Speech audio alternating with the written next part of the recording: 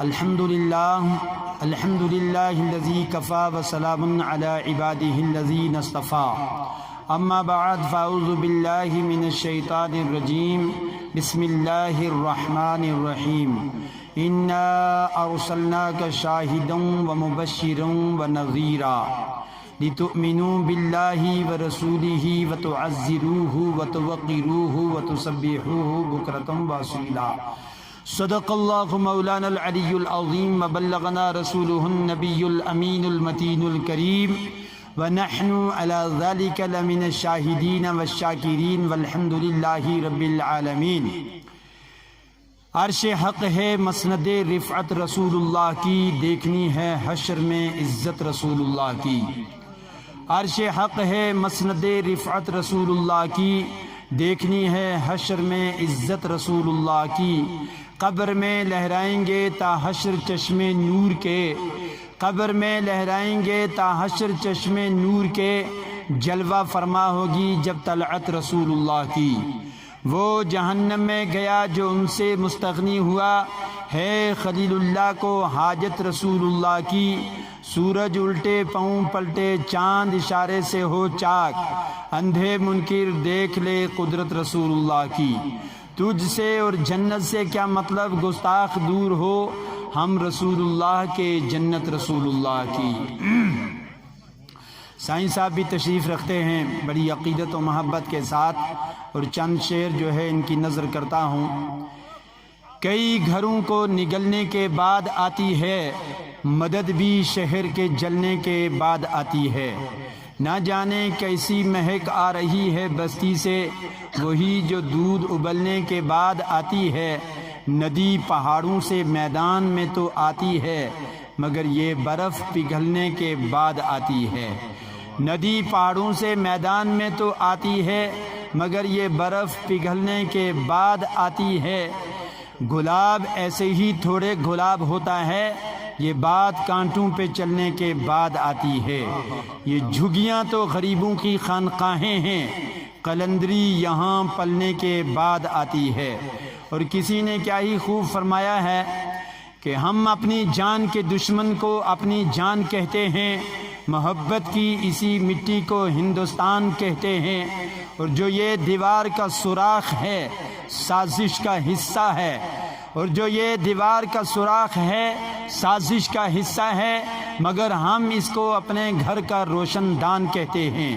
پھر اس کے بعد چاہے یہ زبان کٹتی ہے تو کٹ جائے، ہمیں جو کچھ بھی کہنا ہے علل اعلان کہتے ہیں۔ میرے اندر سے ایک ایک کر کے سب کچھ ہو گیا رخصت، میرے اندر سے ایک ایک کر کے سب کچھ ہو گیا رخصت، مگر ایک چیز باقی ہے جسے ایمان کہتے ہیں۔ کسی شے کی تمنا ہی نہیں ہم کو زمانے میں، کسی شے کی تمنا ہی نہیں ہم کو زمانے میں، مدینہ لکھ دیا جائے ہمارے آب و دانے میں۔ حرا کے غار سے شمع نبوت کی کرن پھوٹی، اجالا ہی اجالا ہو گیا ہر سو زمانے میں۔ محمد مصطفیٰ کے نام نے طوفان کا رخ پھیرا، ذرا سا فاصلہ تھا دل کی کشتی کے ڈوب جانے میں۔ بسد انداز یکتائی بغایت شان زیبائی، امین بن کر امانت آمنہ کی گود میں آئی۔ ہے قول محمد قول خدا، فرمان نہ بدلا جائے گا، بدلے گا زمانہ لاکھ مگر قرآن نہ بدلا جائے گا۔ درود پاک سنا دیں بلند آواز سے۔ صلی اللہ علیہ یا رسول اللہ وسلم علیہ یا حبیب اللہ، صلی اللہ علیہ یا رسول اللہ وسلم علیہ یا حبیب۔ حضرات، وقت کی قلت دامنگیر ہے، بس تھوڑی دیر کے لیے میں آپ لوگوں کے سامنے حاضر ہوں۔ تقاریر تو آپ بہت اچھی عمدہ سماعت کر چکے ہیں، چند باتیں کہہ کر کے گزر جاؤں گا۔ اللہ تبارک و تعالی ہم سب کو عمل کی توفیق عطا فرمائے۔ خطبہ مقدسہ کے بعد کلام مجید میں سے میں نے جس مشہور و معروف آیہ مقدسہ کے تلاوت کرنے کا شرف حاصل کیا ہے، اللہ تبارک و تعالی کا ارشاد مقدس ہے، انا ارسلناک شاہدا و مبشرا و نذیرا لتؤمنوا باللہ ورسولہ وتعزروہ وتوقروہ وتسبحوہ بکرۃ واصیلا۔ اللہ رب العزت ارشاد فرماتا ہے، اے حبیب بے شک ہم نے تمہیں شاہد و مبشر اور نذیر بنا کر کے بھیجا ہے۔ تین خوبیاں اللہ تبارک و تعالی نے اپنے حبیب مکرم پیغمبر اسلام صلی اللہ تعالی علیہ وسلم کی بیان فرمائی ہیں۔ پہلی خوبی اللہ فرماتا ہے، حبیب ہم نے آپ کو شاہد بنا کر کے بھیجا ہے۔ شاہد کے معنی آتے ہیں گواہ کے، اور ہمارے آقا پیغمبر اسلام صلی اللہ تعالی علیہ وسلم مخلوق میں خالق کے گواہ ہیں اور اللہ کے حضور مخلوق کے گواہ ہیں۔ اسی لیے پیغمبر اسلام صلی اللہ تعالی علیہ وسلم ارشاد فرماتے ہیں، اشہد ان لا الہ الا اللہ، میں گواہی دیتا ہوں کہ اللہ کے سوا کوئی معبود نہیں۔ سبحان اللہ۔ اللہ فرماتا ہے کہ حبیب ہم نے آپ کو شاہد بنا کر کے بھیجا ہے، اور اسی لیے پیغمبر اسلام صلی اللہ تعالی علیہ وسلم فرماتے ہیں کہ میں گواہی دیتا ہوں اللہ کے سوا کوئی معبود نہیں ہے۔ اور بروز قیامت سارے انبیاء کرام اپنی امتوں کے احوال و اعمال کی گواہی اللہ تبارک و تعالی کے حضور پیش فرمائیں گے، اور ہمارے آقا صلی اللہ تعالی علیہ وسلم اپنی امت کے احوال و اعمال کی گواہی بھی دیں گے، اور سارے انبیاء کرام کی گواہی کے درست ہونے کی گواہی بھی ہمارے آقا تاجدار انبیاء پیغمبر اسلام اللہ تبارک و تعالی کے حضور پیش فرمائیں گے۔ سبحان اللہ۔ بلند آواز سے بولیں سبحان اللہ۔ ایک دفعہ ہاتھ کھول کے بولیں یا رسول اللہ۔ اور دوسری خوبی اللہ تبارک و تعالی نے بیان فرمائی ہے، اللہ فرماتا ہے، حبیب بے شک ہم نے آپ کو شاہد بنا کر کے بھیجا۔ اور دوسری خوبی اللہ فرماتا ہے کہ حبیب ہم نے آپ کو مبشر بنا کر کے بھیجا ہے۔ مبشر کے معنی آتے ہیں خوشخبری سنانے والا۔ کس چیز کی خوشخبری؟ نیک اعمال کرنے والوں کو اللہ تبارک و تعالی کے انعام و اکرام اور جنت کی خوشخبری سنانے والا بنا کر کے بھیجا ہے۔ سبحان اللہ۔ اسی لیے اللہ تبارک و تعالی اپنے مقدس کلام مجید میں ارشاد فرماتا ہے، ان الذين آمنوا وعملوا الصالحات اولئک هم خیر البریہ۔ اللہ فرماتا ہے بے شک وہ لوگ جو ایمان لائے اور پھر زندگی بھر اعمال صالحہ کرتے رہے، نیک کام کرتے رہے، نیکیوں کی تلاش میں رہے، اللہ فرماتا ہے وہ تمام مخلوق میں بہتر ہیں۔ سبحان اللہ۔ یہ نہیں فرمایا کہ فلاں برادری والا بہتر ہے، یہ نہیں فرمایا کہ فلاں بلڈنگ والا بہتر ہے، یہ نہیں فرمایا کہ دنیا میں جو سب سے زیادہ ترقی کر گیا وہ بہتر ہے، بلکہ اللہ فرماتا ہے بے شک وہ لوگ جو ایمان والے ہیں، ایمان لانے والے ہیں، جو ایمان کی دولت سے مالا مال ہیں، اور پھر زندگی بھر نیکیاں کرتے رہے، نیکیوں کی تلاش میں رہے، اللہ فرماتا ہے وہ تمام مخلوق میں بہتر ہیں۔ سبحان اللہ۔ اور اللہ فرماتا ہے ان کے لیے جزا کیا ہے؟ اللہ فرماتا ہے جزاؤہم عند ربہم جنات عدن تجری من تحتها الانہار خالدین فیہا ابدا۔ اللہ فرماتا ہے اللہ کے نزدیک ان کے لیے جزا یہ ہے کہ بسنے کے باغ ہیں جن کے نیچے نہریں جاری ہیں اور ہمیشہ ہمیشہ وہاں رہیں گے۔ سبحان اللہ۔ یہ کن لوگوں کے لیے فرمایا اللہ نے؟ وہ لوگ جو نیک ہیں، نیک لوگوں کے لیے جو ایمان والے ہیں اور پھر اس کے بعد میں نیک ہیں، نیکیاں کرنے والے ہیں۔ تو اللہ فرماتا ہے ان کے لیے جزا اللہ کے نزدیک یہ ہے کہ جنت کے باغات ہیں جن میں ہمیشہ ہمیشہ رہیں گے، جن کے نیچے نہریں جاری ہیں، وہاں ہمیشہ ہمیشہ رہیں گے۔ اور پھر اللہ مزید فرماتا ہے رضی اللہ عنہم ورضوا عنہ، اللہ تبارک و تعالی ان سے راضی ہو گیا۔ سبحان اللہ۔ جس جماعت سے اللہ راضی ہو جائے پھر اسے اور کیا چاہیے؟ اسے کسی چیز کی ضرورت نہیں ہے. خدا راضی ہو جائے، اس کے حبیب کی روح راضی ہو جائے تو پھر کسی چیز کی جو ہے تمنا نہیں رہتی ہے. تبھی تو کسی نے کہا کسی شے کی تمنا ہی نہیں ہم کو زمانے میں، مدینہ لکھ دیا جائے ہمارے آب و دانے میں. تو اللہ فرماتا ہے رضی اللہ عنہم ورضوا عنہ، ان لوگوں کے لیے جزا یہ ہے جو نیک لوگ ہیں، ایمان والے ہیں، ان کے لیے جزا یہ ہے کہ بسنے کے باغ ہیں، جنت کے باغات ہیں جن کے نیچے نہریں جاری ہیں اور ہمیشہ ہمیشہ ان میں رہیں گے. رضی اللہ عنہم، اللہ ان سے راضی ہو گیا، ورضوا عنہ، اور وہ اللہ سے راضی ہو گئے. سبحان اللہ سبحان اللہ. لیکن یہ کن لوگوں کے لیے؟ جو اللہ کا خوف رکھتے ہیں. اللہ فرماتا ہے ذالک لمن خشی ربہ، یہ ان لوگوں کے لیے ہے جو اللہ کا ڈر رکھتے ہیں سینے کے اندر، جو خوف خدا رکھتے ہیں، اللہ سے ہر وقت ڈرتے ہیں، خلوت ہو یا جلوت ہو ہر حال میں اللہ کا ڈر رکھتے ہیں. یہ ان لوگوں کے لیے اتنا بڑا انعام ہے کہ وہ جنت میں داخل کیے جائیں گے اور جنت کے باغات میں رہیں گے جن کے نیچے نہریں جاری ہیں اور ہمیشہ ہمیشہ وہیں رہیں گے. اور اللہ تبارک و تعالی ان سے بھی راضی ہو گیا اور وہ اللہ سے راضی ہو گئے. لیکن یہ ہے ان لوگوں کے لیے ذالک لمن خشی ربہ، جو اللہ کا ڈر رکھتے ہیں. سبحان اللہ. یہ اللہ کا ڈر اتنی عظیم نعمت ہے کہ جس سینے کے اندر اللہ کا ڈر ہوتا ہے وہ زمانے میں کسی شے سے نہیں ڈرتا. سبحان اللہ. آپ کے علاقے کی شان سنگنجی بادشاہ علیہ رحمت و رضوان کی آپ نے بے شمار کرامتیں سنی ہوں گی. تو وہ سردیوں کے موسم میں جب شدید سردی کا ڈر ہوتا تو وہ دریا میں رہتے تھے. سبحان اللہ. اور برف کے موسم میں، آج کل برف تھوڑی کم ہو گئی ہے تو لوگ بتاتے ہیں بزرگ ہمارے کہ اس دور میں برف بہت زیادہ برستی تھی تو وہ برف کے نیچے رہتے تھے اور انہیں نہ سردی کا ڈر تھا، نہ گرمی کا ڈر تھا، نہ کوئی اور پریشانی تھی. اور آپ اللہ کے مقدس ولیوں کو دیکھیے، میرے غریب نواز کی سیرت طیبہ کا مطالعہ کیجئے. سبحان اللہ.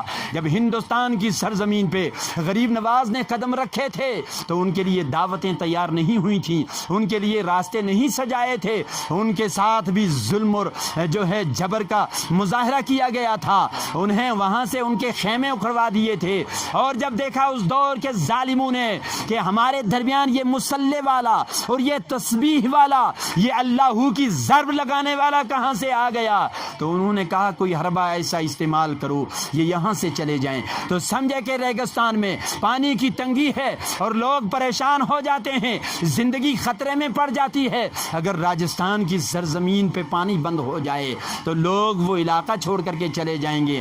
تو انہوں نے کہا یزیدیوں نے بھی پانی بند کیا تھا، چلو ہم بھی پانی بند کرتے ہیں. تو پانی بند کر کے بھی دیکھ لیا، لیکن انہیں پتا نہیں تھا یہ وہ ہستی پاک ہے، یہ وہ غلام رسول ہے. سبحان اللہ. اس کے سینے کے اندر اللہ کا ڈر ہے. یہ طاقت سے نہیں ڈرتے، یہ بادشاہی سے نہیں ڈرتے، یہ قوت سے نہیں ڈرتے، یہ فوج سے نہیں ڈرتے. یہ وہ لوگ ہیں جو اللہ سے ڈر گئے ہیں. اور جو قوم اللہ سے ڈر جاتی ہے وہ زمانے میں کسی سے نہیں ڈرتی بلکہ زمانہ اس سے ڈرنے لگتا ہے. آج جو ہے ہمارا معاشرہ تباہی کے دہانے پر کیوں ہے؟ خوف خدا سے ہر سینہ خالی نظر آتا ہے. بندہ مسجد کا نمازی تو ہے لیکن رات میں چوری بھی کرتا ہے. بندہ مسجد میں نماز پڑھنے بھی آتا ہے لیکن شراب نوشی بھی کر جاتا ہے. بندہ نماز پڑھنے تو آتا ہے لیکن بھائی کو دھوکہ بھی دے دیتا ہے. بندہ نماز تو پڑھتا ہے لیکن جھوٹ بھی بول لیتا ہے. تو حضرات کہنے کا مقصد یہ ہے خوف خدا پیدا کرو. جب سینے کے اندر اللہ کا ڈر پیدا ہو جائے گا بندہ گناہ کی جانب بڑھے گا اور اسے اللہ کا ڈر ستائے گا. بندہ غلط بیانی کرے گا اسے اللہ کا ڈر ستائے گا، وہ اللہ سے ڈر جائے گا. اور جب جس سینے کے اندر اللہ کا ڈر آ جاتا ہے وہ زمانے میں کسی طاقت سے نہیں ڈرتا ہے. یہ اللہ کے ڈر کی شان ہے. اور اللہ فرماتا ہے کہ اتنے بڑے انعام ہیں. کیا انعام ہے؟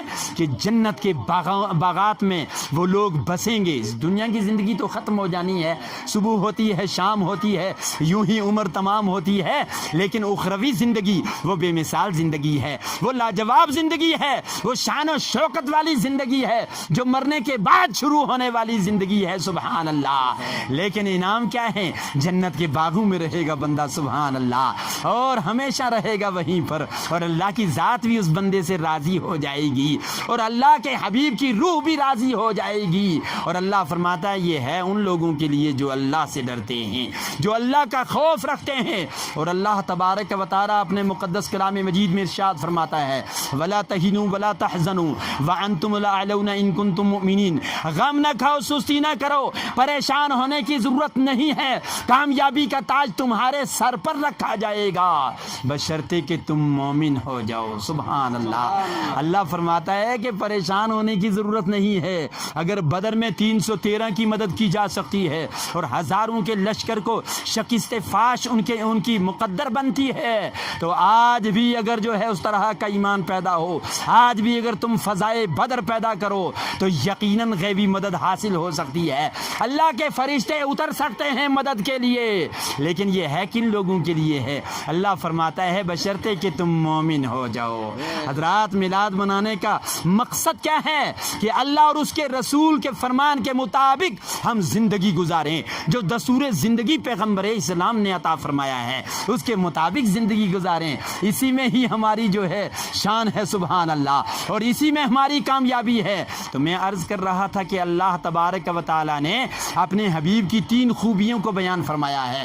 اللہ فرماتا ہے میرے حبیب ہم نے آپ کو شاہد بنا کر کے بھیجا ہے، اور دوسری خوبی بیان فرمائی ہے، اللہ فرماتا ہے میرے حبیب ہم نے آپ کو مبشر بنا کر کے بھیجا ہے، یعنی کہ خوشخبری سنانے والا بنا کر کے بھیجا ہے۔ اور تیسری خوبی اللہ تبارک و تعالی نے اپنے حبیب کی بیان فرمائی ہے، اے حبیب ہم نے آپ کو نذیر بنا کر کے بھیجا ہے۔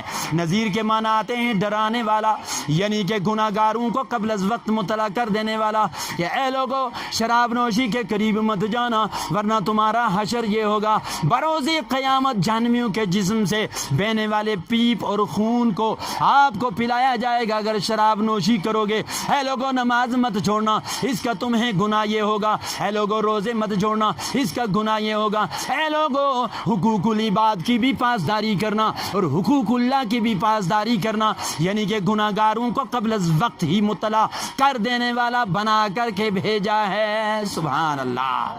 لیکن سنو، اللہ کے نبی صلی اللہ تعالیٰ علیہ وسلم کی بارگاہ میں بیٹھنے والے مقدس صحابہ کرام کی سیرت کو دیکھیے، وہ کس قدر جو ہے مقدر کے سکندر تھے، اور کس قدر تقوی کے پیکر تھے، اور کس قدر سخی تھے۔ ان کی سیرت طیبہ کو پڑھو تو یقیناً جو ہے ایمان کو تازگی ملتی ہے۔ میں آپ کو بتانا چاہتا ہوں، ابھی کوئی صاحب کہہ رہے تھے کہ یہ مسجد کے جو ہیں پلر نکلے ہوئے ہیں، یہاں مسجد کی تعمیر شروع ہو گئی ہے، اور ان قریب یہاں پر مسجد کی عمارت کھڑی ہو جائے گی۔ مسجد کے لیے جو ہے آپ ضرور بتائیں۔ تو میں دل میں سوچ رہا تھا کہ جب سیدنا صدیق اکبر رضی اللہ تعالیٰ عنہ مشرف و اسلام ہوئے تھے تو 40,000 دینار جو تھے وہ ان کے پاس موجود تھے۔ اس دور کے 40,000 دینار کا حساب لگائیے وہ کتنی بڑی رقم ہوگی۔ انہوں نے ساری کی ساری رقم پیغمبر اسلام صلی اللہ تعالیٰ علیہ وسلم کے قدموں میں ڈھیر لگا دی تھی، سبحان اللہ۔ اور جب مسجد نبوی کی زمین خریدی گئی تو سیدنا صدیق اکبر رضی اللہ تعالیٰ عنہ کے مال سے ہی خریدی گئی تھی۔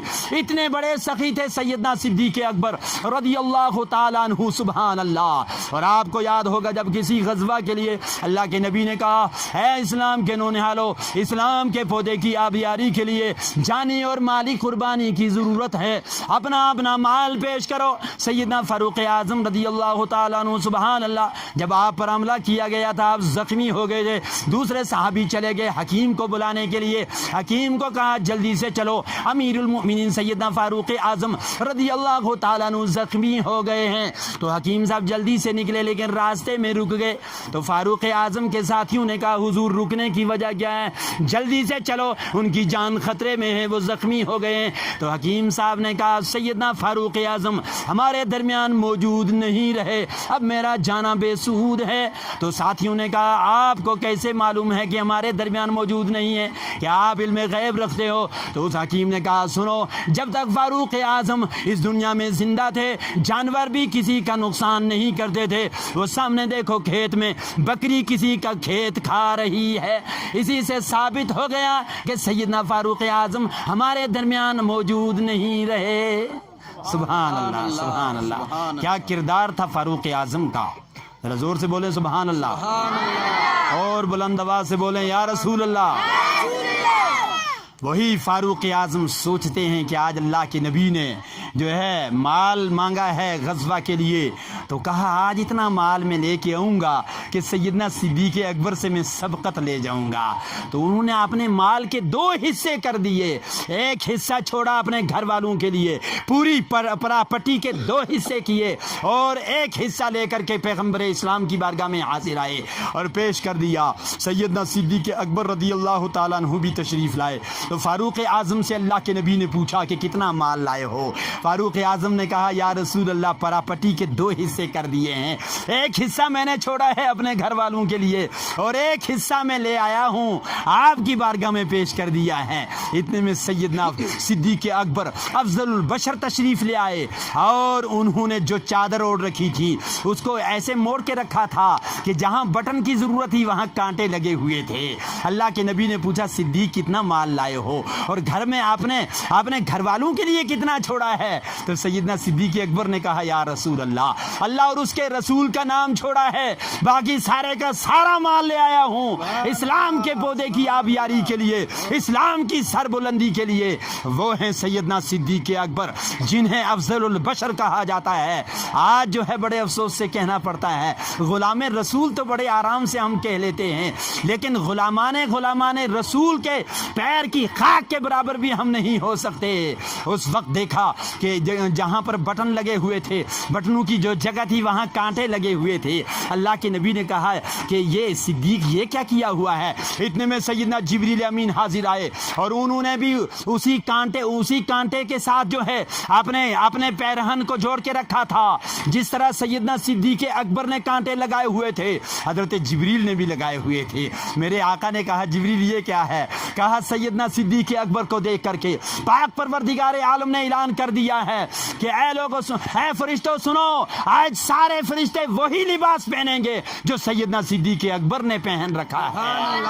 سبحان اللہ سبحان اللہ، وہ تھے سیدنا صدیق اکبر۔ یہ مسجد کتنی ہے؟ اگر ہم 2 منزلہ یا 3 منزلہ بلڈنگ بنا سکتے ہیں تو مسجد نہیں بنا سکتے؟ میں کہتا ہوں محلے کے چند لوگ دل سے بنائیں تو مسجد بن جاتی ہے، دوسرے دن مسجد کھڑی ہو جاتی ہے۔ سبحان اللہ۔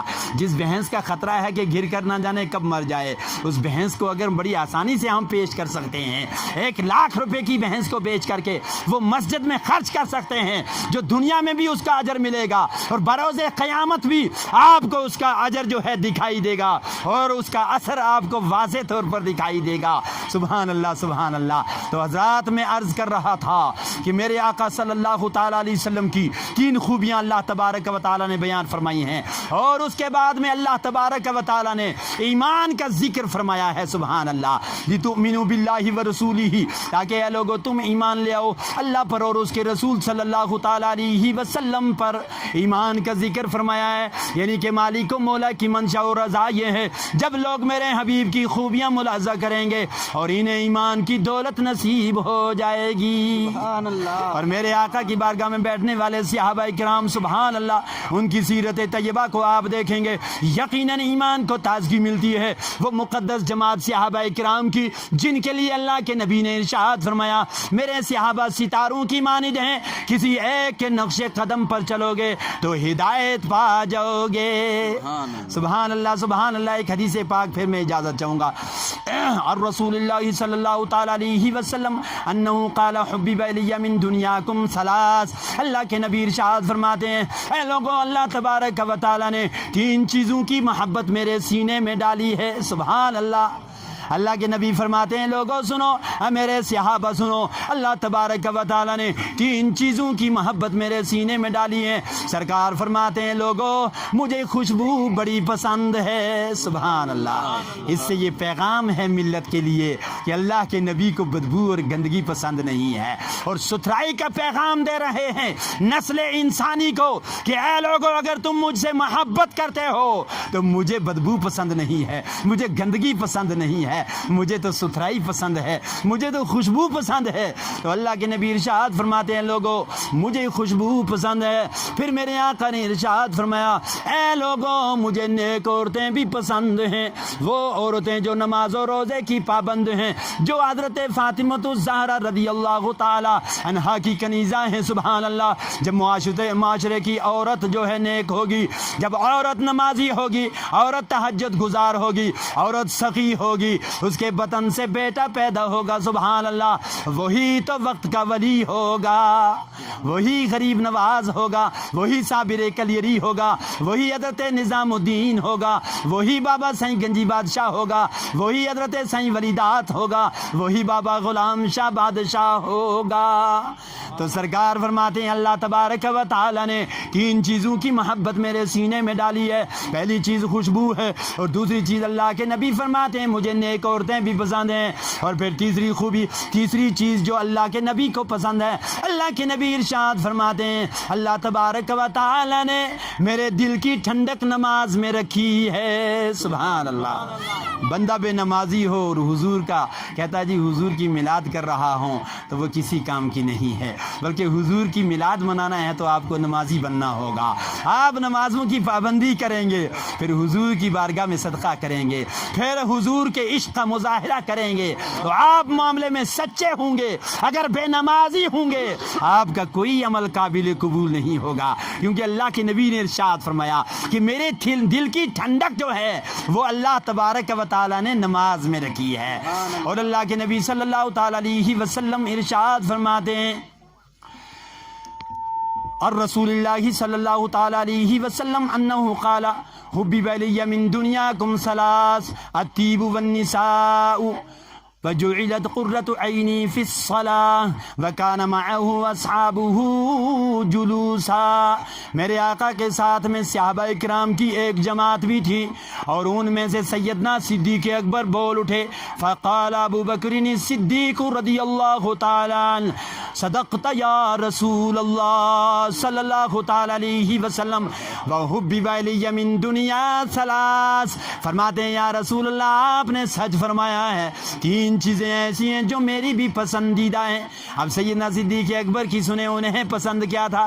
فرماتے ہیں النظر الی وجہ رسول اللہ صلی اللہ تعالی علیہ وسلم، یا رسول اللہ آپ کے چہرہ مقدسہ کی ہر وقت زیارت کرنا یہ میرا پسندیدہ عمل ہے۔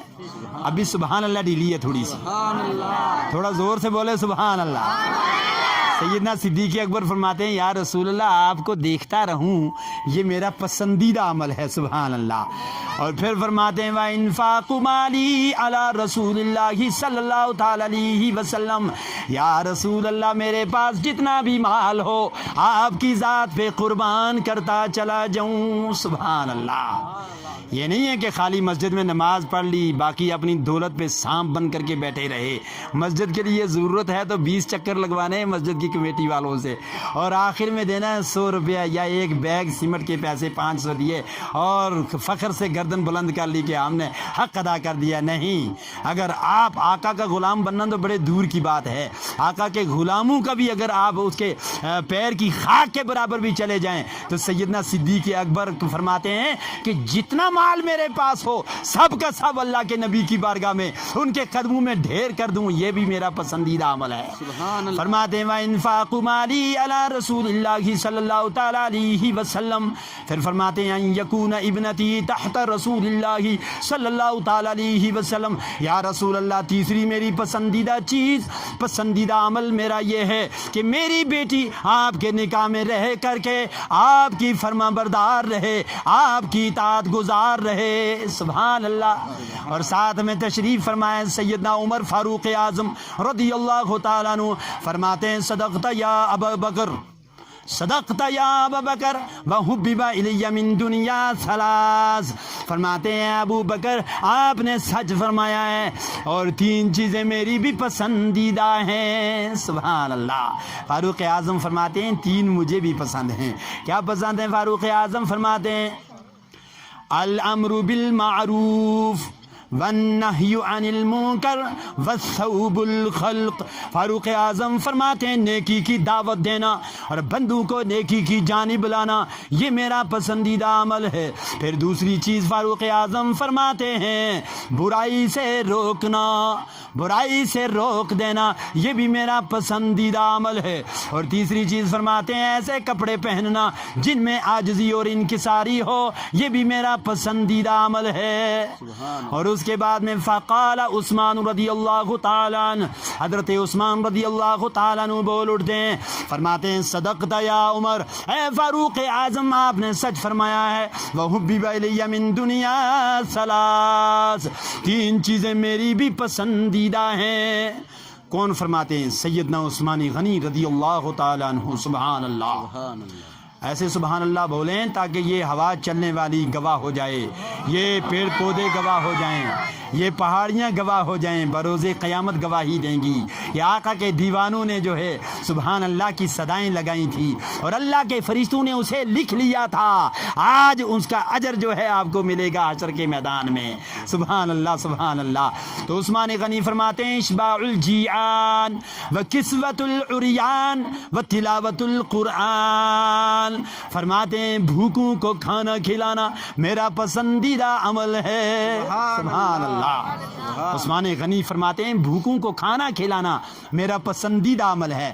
اور پھر فرماتے ہیں کسوۃ العریان، ننگوں کو کپڑے پہنانا، ننگوں کو کپڑے پیش کر دینا یہ بھی میرا پسندیدہ عمل ہے۔ اور پھر فرماتے ہیں وتلاوۃ القرآن، اس کے علاوہ جتنا بھی وقت مجھے ملے اللہ رب العزت کے مقدس کلام مجید کی تلاوت کرتے رہنا۔ سبحان اللہ۔ اب باری آتی ہے سیدنا مولا علی رضی اللہ تعالیٰ عنہ کی۔ سبحان اللہ۔ سائنس صاحب بڑی طبیعت کے ساتھ اور بڑی جان فشانی کے ساتھ ٹھنڈ کے موسم میں رہنمائی فرما رہے ہیں۔ ہمیں فخر ہے اللہ تبارک و تعالیٰ ان کی عمر میں برکتیں عطا فرمائے، ان کے جذبے کو اللہ تبارک و تعالیٰ سلامت رکھے۔ اور یہ کیونکہ اس پنچایت سے بھی ان کا تعلق ہے، ویسے تو یہ ہمارے روحانی حساب سے پورے جموں کشمیر کے شہنشاہ ہیں، لیکن اس علاقے پر خاص کر ان کا اثر ہے۔ اللہ تبارک و تعالیٰ ان کی عمر میں برکتیں عطا فرمائے، سب کی عمروں میں برکتیں عطا فرمائے۔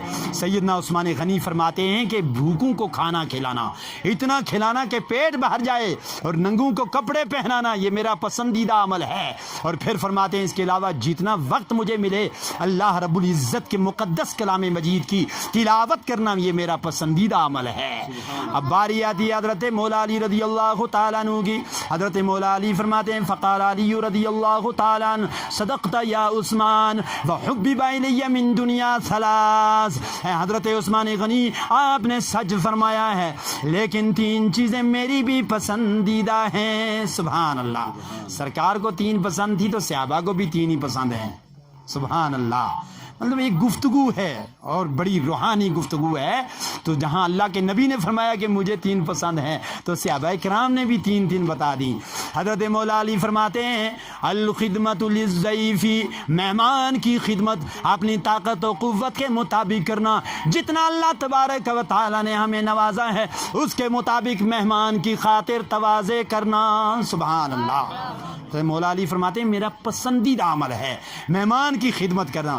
اور پھر فرماتے ہیں والصوم فی الصیف، گرمیوں کے لمبے لمبے دنوں میں روزے رکھنا، جب کہ لمبے لمبے دن ہو، شدت کی گرمی ہو، اس موسم میں روزے رکھنا یہ بھی میرا پسندیدہ عمل ہے۔ اور پھر فرماتے ہیں والضرب بالسیف، اپنی ذوالفقار حیدری سے دشمنان اسلام کی گردنیں اڑانا۔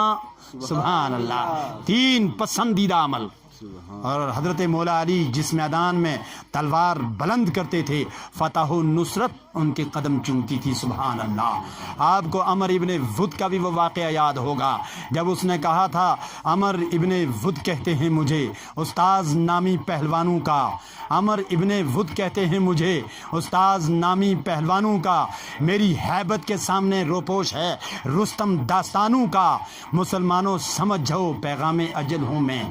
جب اس نے کہا تھا تو مولا علی نے کہا تھا سب مجھے فخر ہے اسی پر کہ غلام مصطفیٰ ہوں میں. تو جب میدان میں حضرت مولا علی سے مقابلہ ہوا تھا تو اس طرح 2 ٹکڑے کر دیے تھے، اگر اس کو ترازو پہ رکھا جائے تو کافر کے 2 ٹکڑے برابر نکلیں. اوپر سے تلوار ماری تھی جو نیچے سے باہر نکل گئی تھی. وہی مولا علی فرماتے ہیں مہمان کی خدمت کرنا یہ میرا پسندیدہ عمل ہے، اور پھر گرمیوں کے لمبے لمبے دنوں میں روزے رکھنا یہ میرا پسندیدہ عمل ہے. اور پھر فرماتے ہیں ذوالفقار حیدری سے دشمنان اسلام کی گردنیں اڑانا یہ بھی میرا پسندیدہ عمل ہے. فبینہم کذالک اذا جاء جبریل وقال ارسلنی اللہ تبارک وتعالی لما سمع مقالتکم وامرک ان تسألنی اما احب ان کنت من اہل الدنیا. اس کے بعد میں حضرت جبریل حاضر آئے، انہوں نے کہا یا رسول اللہ صلی اللہ تعالی علیہ وسلم آپ کی اور آپ کے صحابہ کی گفتگو کو اللہ تبارک و تعالی نے سماعت کیا ہے اور مجھے حکم دیا ہے کہ جبریل چلے جاؤ اور میرے حبیب سے کہو وہ آپ سے پوچھیں اے جبریل اگر آپ فرشتے نہ ہوتے آپ اہل زمین میں سے ہوتے تو آپ کی پسند کیا ہوتا. تو سرکار نے فرمایا فقال ما تحب ان کنت من اہل الدنیا.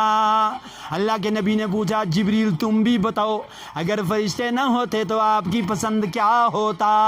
تو حضرت جبریل کہتے ہیں یا رسول اللہ صلی اللہ تعالی علیہ وسلم اگر میں فرشتہ نہ ہوتا تو 3 مجھے بھی پسند ہوتی. سبحان اللہ. پہلی چیز فقال ارشاد الضالین ومعانست الغرباء القانتین